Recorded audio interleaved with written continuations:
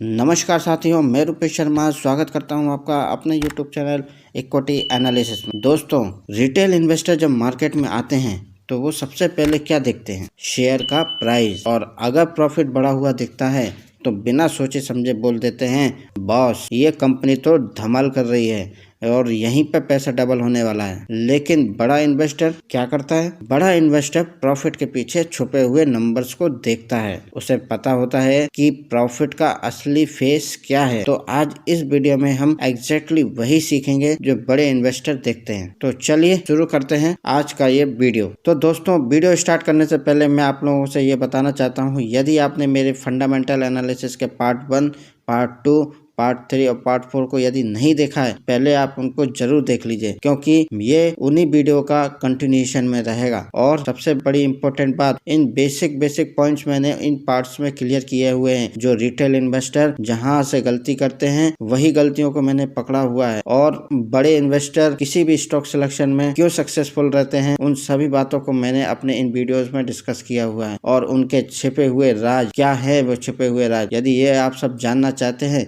तो मेरे ये चारों वीडियोस को जरूर कंटिन्यू देखिएगा। और मैं आपको ये विश्वास दिलाता हूँ कि आप ये वीडियो देखने के बाद आप ये थोड़ा तो आप समझ जाएंगे कि रिटेल इन्वेस्टर यानी कि आप और हम जैसे लोग कहाँ पर गलती करते हैं। तो चलिए बिना टाइम वेस्ट किए मैं स्टार्ट करता हूँ आज का ये वीडियो, जिसमें मैं इंपॉर्टेंट टर्म की बात करने जा रहा हूँ, जिसे बड़े बड़े इन्वेस्टर हल्के में नहीं लेते हैं, इसे इग्नोर नहीं करते हैं। यदि किसी भी कंपनी का वो सिलेक्शन करते हैं तो इस पैरामीटर को भी वो इंक्लूड करते हैं। तो वो क्या है पैरामीटर? जी हाँ, वह पैरामीटर है इबिट। इबिटा क्या होता है, इबिटा क्या होता है, और इन तीनों में डिफरेंस। ये डिफरेंस हम जनरली रिटेल इन्वेस्टरों को पता नहीं होता है, लेकिन ये बिग इन्वेस्टर जो होते हैं वो इन चीज़ों को बहुत ही बारीकी से समझते हैं, और जब ये समझते हैं तो उनका सिलेक्शन सही हो जाता है और हम सही स्टॉक का सिलेक्शन नहीं कर पाते हैं। तो चलिए आज हम बात करने वाले हैं इम्पोर्टेंट टर्म्स इबिट के बारे में। और हाँ, वीडियो के आखिरी में मैं आपको बताने वाला हूँ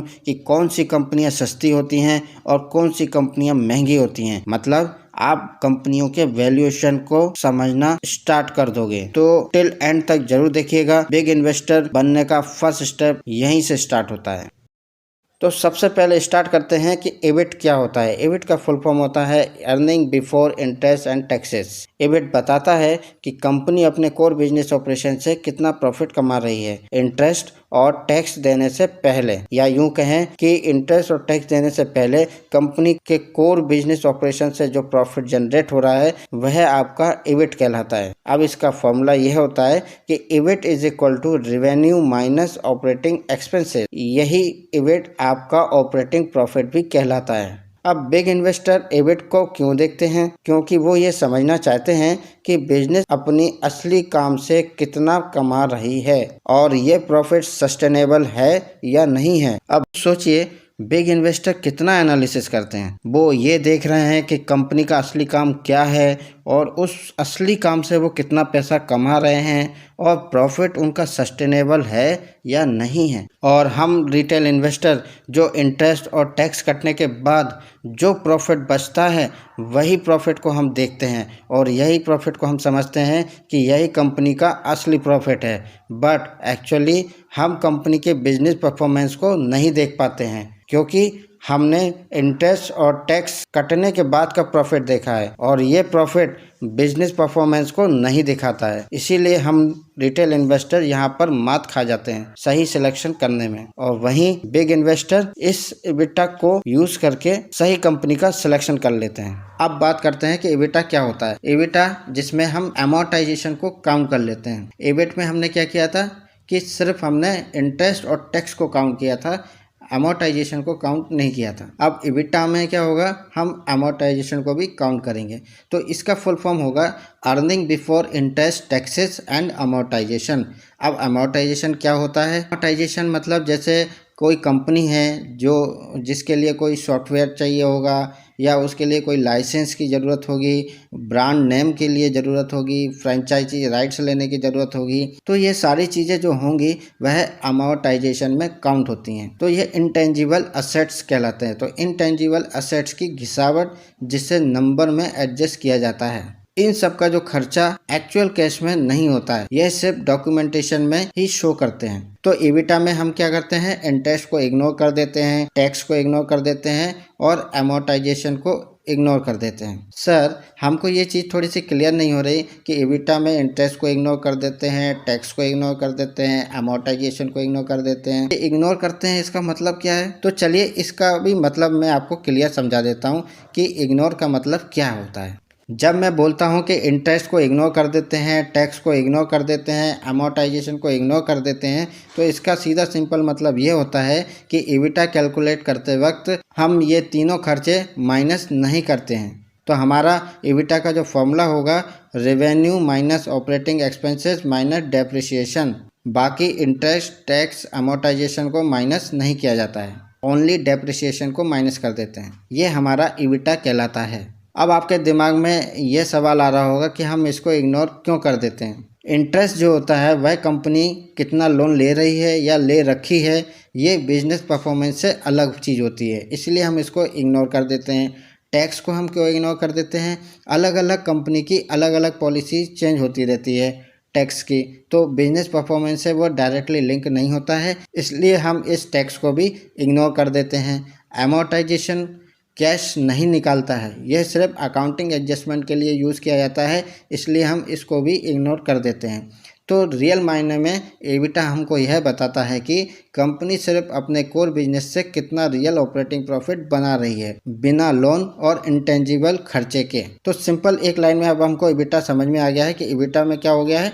EBITDA में कंपनी की असली बिजनेस की अर्निंग दिखाई जाती है, लोन और इंटेंजिबल खर्चे के बिना। अब बात करते हैं कि EBITDA क्या होता है, जिसमें हम डेप्रिसिएशन को इंक्लूड कर देते हैं। इसका फुल फॉर्म होता है earning before interest, taxes, depreciation and amortisation. अब एक नया अंतर आ गया है, डेप्रिसिएशन। तो मशीन, बसेस, बिल्डिंग्स सब धीरे धीरे क्या हो रही हैं, पुरानी होती जा रही हैं, तो उनका खर्चा डेप्रिसिएशन में दिखाना पड़ता है। ये भी नॉन कैश खर्चा होता है, यानी पैसे की जेब से एक्चुअल आउटफ्लो नहीं होता है। तो EBITDA में हम किस किस को कर देते हैं? EBITDA में हम इंटरेस्ट को इग्नोर कर देते हैं, टैक्स को इग्नोर कर देते हैं, डेप्रिसिएशन को इग्नोर कर देते हैं, अमोर्टाइजेशन को इग्नोर कर देते हैं, यानी सिर्फ बिजनेस का कोर कैश प्रॉफिट को ही हम इसमें काउंट करते हैं। अब EBITDA हमको क्या बताता है?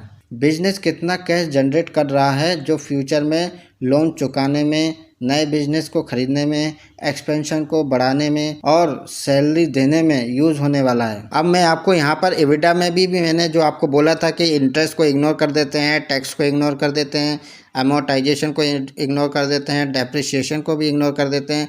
तो इसका सिंपल मतलब ये होता है कि EBITDA कैलकुलेट करते वक्त ये सारे खर्चे माइनस नहीं किए जाते हैं। तो EBITDA का फोकस क्या होता है? EBITDA सिर्फ बिजनेस से कितना कैश प्रॉफिट आ रहा है, लोन और गवर्नमेंट और मशीन ब्रांड की घिसावट को साइड में रखते हुए। इसका मतलब यह हुआ कि EBITDA मतलब pure cash earning from your core business. Profit paper पर अच्छा दिख सकता है, पर कैश कितना आ रहा है वो EBITDA बताता है, और बड़े इन्वेस्टर कैश फ्लो देखकर ही इन्वेस्टमेंट करते हैं। अब इन तीनों चीज़ों का EBIT, EBITDA और EBITDA, इन तीनों चीज़ों की हम एक शॉर्ट समरी देख लेते हैं कि इन तीनों चीज़ों का मतलब क्या निकल रहा है। इसके लिए मैं आपको ये बताऊंगा कि इन तीनों चीज़ों में से क्या नहीं घटाते हैं और किस चीज़ पर हम फोकस करते हैं।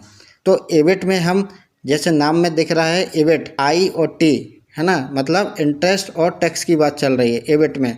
तो EBIT में हम क्या नहीं घटाते हैं? इंटरेस्ट और टैक्स को नहीं घटाते हैं। यह केवल क्या करता है, किस पे फोकस करेगा? ऑपरेटिंग प्रॉफिट्स पर आप फोकस करेगा। अब EBITDA की बात करें तो इसमें I, T और A इंक्लूड है। तो हम इसमें क्या नहीं घटाते हैं? इसमें हम इंटरेस्ट नहीं घटाते हैं, टैक्स नहीं घटाते हैं और अमोर्टाइजेशन को नहीं घटाते हैं। तो ये इंटेंजिबल हैवी कंपनीज को फोकस करता है। और EBITDA क्या होता है? EBITDA में जैसे I, T, D और A, तो इसमें हम क्या नहीं घटाएंगे EBITDA में हम ना तो इंटरेस्ट को घटाएंगे, ना टैक्स को घटाएंगे, ना डेप्रिसिएशन को घटाएंगे, ना अमोर्टाइजेशन को घटाएंगे। यह आपका कैश प्रॉफिट को इंडिकेट करता है या फोकस करता है। तो EBITDA is the king of cash flow analysis. अब हम रिटेल इन्वेस्टर और बिग इन्वेस्टर के माइंड की थोड़ी सी साइकोलॉजी के बारे में समझते हैं कि बिग इन्वेस्टर क्या सोच रहा होता है और रिटेल इन्वेस्टर क्या सोच रहा होता है।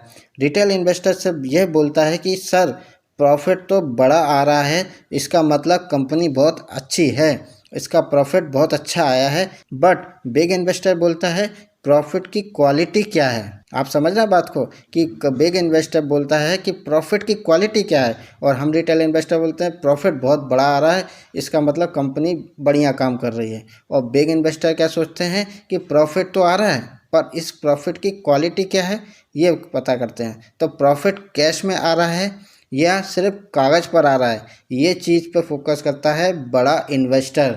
ये चीज़ पे हम रिटेल इन्वेस्टर फोकस नहीं करते हैं कि प्रॉफिट कैश में आ रहा है या सिर्फ कागज़ों में बताया जा रहा है। यही असली डिफरेंस है, क्योंकि हमारी सोच जो है सिर्फ बस प्रॉफिट पर ही डिपेंड है, क्योंकि हमको बस ये सिखाया गया है कि बस कंपनी का प्रॉफिट देखो और इन्वेस्टमेंट करना स्टार्ट कर दो। लेकिन प्रॉफिट के पीछे की क्वालिटी को देखना ये बड़े इन्वेस्टर काम करते हैं इस पर। अब हम बात करने वाले हैं EV अपॉन EBITDA रेशो। ये बहुत ही इंपॉर्टेंट रेशो होता है, बिग इन्वेस्टर का ये सीक्रेट वेपन होता है। इस सीक्रेट वेपन के हिसाब से ही वह कंपनी की परफॉर्मेंस को पूरा एनालाइज कर लेते हैं। अब EV का मतलब होता है एंटरप्राइजेस वैल्यू, मतलब कंपनी की असली मार्केट वैल्यू इंक्लूडिंग डेट। इसका फॉर्मूला होता है EV is equal to market cap plus debt minus cash. ये कंपनी का पूरा प्राइस होता है। अगर कोई पूरी कंपनी ही खरीद ले तो टोटल कितना कैश देना पड़ेगा यह बताता है। और अब इस EV को डिवाइड करते हैं EBITDA से। सो जो कैश बिजनेस से आ रहा है तो हमको EY EBITDA रेशो मिल जाता है, जो कंपनी की total value divided by cash profit ये कैलकुलेट करके बताता है। तो इसका मतलब क्या होगा, इसका मतलब यह हुआ कि रेशो जब EY EBITDA की रेशो की जो वैल्यू है वह कम होती है तो इसका मतलब यह है कि कंपनी सस्ती है और कैश प्रॉफिट स्ट्रॉन्ग है, मतलब इस कंपनी का बढ़िया दबदबा है। और जब EY EBITDA की रेशो की जो वैल्यू हाई होती है तो कंपनी महंगी है, फ्यूचर एक्सपेक्टेशन पर चल रही है, रिस्क इसमें ज़्यादा है। तो हम सभी को इन्वेस्टमेंट करते समय सेम इंडस्ट्री कंपनी को कंपेयर करना चाहिए, जैसे airport versus airport, cement versus cement, hotel versus hotel, banking versus banking. तो हम जिस भी सेक्टर में हम इन्वेस्टमेंट करना चाह रहे हैं तो हमको उसी सेम सेक्टर के कंपनियों में आपस में कंपैरिजन करना चाहिए। अगर किसी कंपनी का EV बाय EBITDA रेशो लो हो रहा है और ग्रोथ अच्छी दिखाई दे रहा है तो वह कंपनी अंडर वैल्यूड है, यानी स्मार्ट इन्वेस्टमेंट अपॉर्चुनिटी है। अब आप लोग समझ गए होंगे कि EBIT, EBITDA और EV बाय EBITDA सिर्फ फॉर्मूला नहीं है, यह वेल्थ क्रिएशन की एक सीक्रेट की है जिसे बड़े बड़े इन्वेस्टर यूज करते हैं। अगर आप चाहते हो कि आपका पैसा सिर्फ डबल ही ना हो, वह सेफ भी हो और ग्रोथ भी हो, इसमें दोनों इंक्लूड हो, तो इन नंबर्स को समझना आज से ही आप सभी लोग स्टार्ट कर दो, ताकि आपके स्टॉक सिलेक्शन की प्रोसेस काफी बेटर हो सके और आप सही स्टॉक को सिलेक्ट कर पाओ। तो दोस्तों, मैंने स्टार्टिंग में अपने वीडियो में बोला था कि मैं आपको लास्ट में एक गोल्डन टिप्स देने वाला हूं, जिसमें मैं आपको बताऊंगा कि कैसे समझें कि कंपनी सस्ती है या महंगी है। तो मैं आपको आज क्लियर कर देता हूं कि आप एक ही बार में सब समझ जाएंगे कि कंपनी सस्ती है या महंगी है। मैं आपको एक गोल्डन फार्मूला देने जा रहा हूं, आप चाहें तो उसको अपनी पेन कॉपी में नोट करके रख सकते हैं, ताकि आप जब भी किसी कंपनी का एनालिसिस करने बैठें तो आप इन पॉइंट को उठा के एक बार क्रॉस वेरीफाई कर लें। तो चलिए स्टार्ट करता हूं मैं और बताता हूं कि कैसे हम पता करें कि कौन सी कंपनी सस्ती है। तो सबसे पहले हम चेक करते हैं PE वैल्यू क्या है। PE वैल्यू मतलब प्राइस टू अर्निंग रेशो।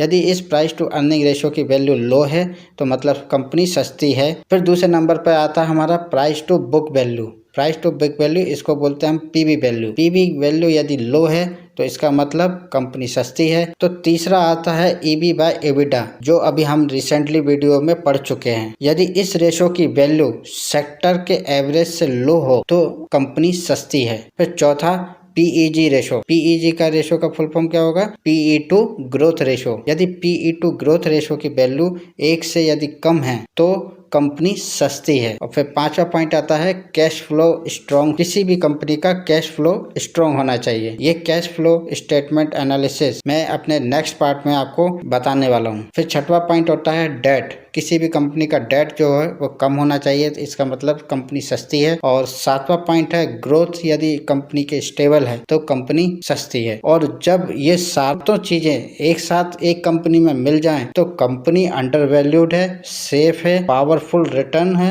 और ये सब सातों पॉइंट आपको एक साथ एक कंपनी में मिल जाएं तो वह कंपनी अंडर वैल्यूड है, वह सेफ भी है और पावरफुल रिटर्न भी जनरेट कर सकती है और उस कंपनी में हाई पोटेंशियल भी होगा। क्लियर है आप लोगों को? अब आप इस सातों पॉइंट को आप नोट डाउन कर लीजिए ताकि आप किसी भी कंपनी को सस्ता है कि महंगा है ये आप नोट डाउन कर सकते हैं। तो चलिए, अभी मैंने आपको बताया है कि कैसे फाइंड आउट करें कि कौन सी कंपनी सस्ती है। अब मैं आपको बताने वाला हूं कि कौन सी कंपनी महंगी है ये कैसे पता करें। जब पीई वैल्यू हाई हो तब कंपनी महंगी हो सकती है, जब price to book value high हो तब कंपनी महंगी हो सकती है, और जब ईवी बाय इबिटा की रेशो की वैल्यू उसके सेक्टर एवरेज से यदि हाई हो तो कंपनी महंगी हो सकती है, और जब पीई टू ग्रोथ रेशो की वैल्यू जब 1 से ज्यादा हो तब कंपनी महंगी हो सकती है, और जब किसी कंपनी का कैश फ्लो वीक होता है तो कंपनी महंगी होती है। डेट यदि कंपनी पर हैवी है तो वह कंपनी वीक कंपनी कहलाएगी, और यदि कंपनी की ग्रोथ अनसर्टेन है तो इस तरह की यदि ग्रोथ है कंपनी की तो वह महंगी है या उसको अवॉइड करना चाहिए। यदि किसी कंपनी में ये सभी चीजें आपको मिल रही हैं, पीई हाई हो रहा है या पीबी हाई हो रहा है, EBITDA EV by EBITDA sector average से यदि हाई हो रहा है या पीईजी की वैल्यू 1 से ज्यादा हो रही है, कैश फ्लो वीक हो रहा है, डेट हैवी हो रहा है, ग्रोथ अनसर्टेनिटी है, तो ये सारी चीजें यदि आपको किसी भी स्टॉक की एनालिसिस करने में यदि आपको मिलता है तो अब आप समझ जाएंगे कि ये कंपनी महंगी है, इसमें इन्वेस्टमेंट करने से बचना है। तो अब मुझे इस बात का पूरा भरोसा हो गया है कि अब आप लोग बिल्कुल क्लियर हो चुके हैं कि कौन सी कंपनी सस्ती है और कौन सी कंपनी महंगी है। यदि आप ये 7 चीजों को यदि देख लेते हैं तो ये आप किसी भी कंपनी का एनालिसिस सेल्फ से कर सकते हैं। तो आशा करता हूँ कि आपको ये मेरा वीडियो काफ़ी अच्छा लगा होगा, इंटरेस्टिंग लगा होगा, और आपको इसमें बहुत कुछ चीज़ें सीखने मिली होंगी, और आपने ये भी सीखा होगा कि हमारी गलतियाँ क्या होती हैं रिटेल इन्वेस्टर की, और बड़े इन्वेस्टर इन चीज़ों को कैसे यूज़ करते हैं। हम सभी को पता है कि इबिटा क्या होता है, इबिट क्या होता है, इबिटा क्या होता है, इनके फॉर्मूलेज को भी पता हुआ है, लेकिन हम इन चीज़ों का असली मतलब नहीं समझ पाते हैं, जिसके कारण हम चीज़ों को सही एनालाइज नहीं कर पाते हैं। तो आशा करता हूँ आपको मेरा यह वीडियो बहुत पसंद आया होगा। यदि पसंद आया है तो लाइक का बटन ज़रूर दबा दें और कमेंट में ज़रूर लिख के बताएं कि आपको ये वीडियो समझ में कितना आया, और कमेंट में आप लिखकर ये ज़रूर बताएं कि आप इबिटा को कैलकुलेट करते थे इन्वेस्टिंग में या नहीं करते थे। और यदि आपको ये मेरा वीडियो अच्छा लगा है तो आप इसको अपने फ्रेंड सर्कल के साथ को शेयर कर सकते हैं, क्योंकि लर्निंग है तो अर्निंग है। सीखते रहिए, बढ़ते रहिए और इन्वेस्टिंग की दुनिया में ग्रो करते रहिए। तो मिलते हैं हम अपने अगले वीडियो में, जहां हम बात करेंगे डिटेल में कैश फ्लो एनालिसिस की। तब तक के लिए धन्यवाद। जय हिंद, जय भारत।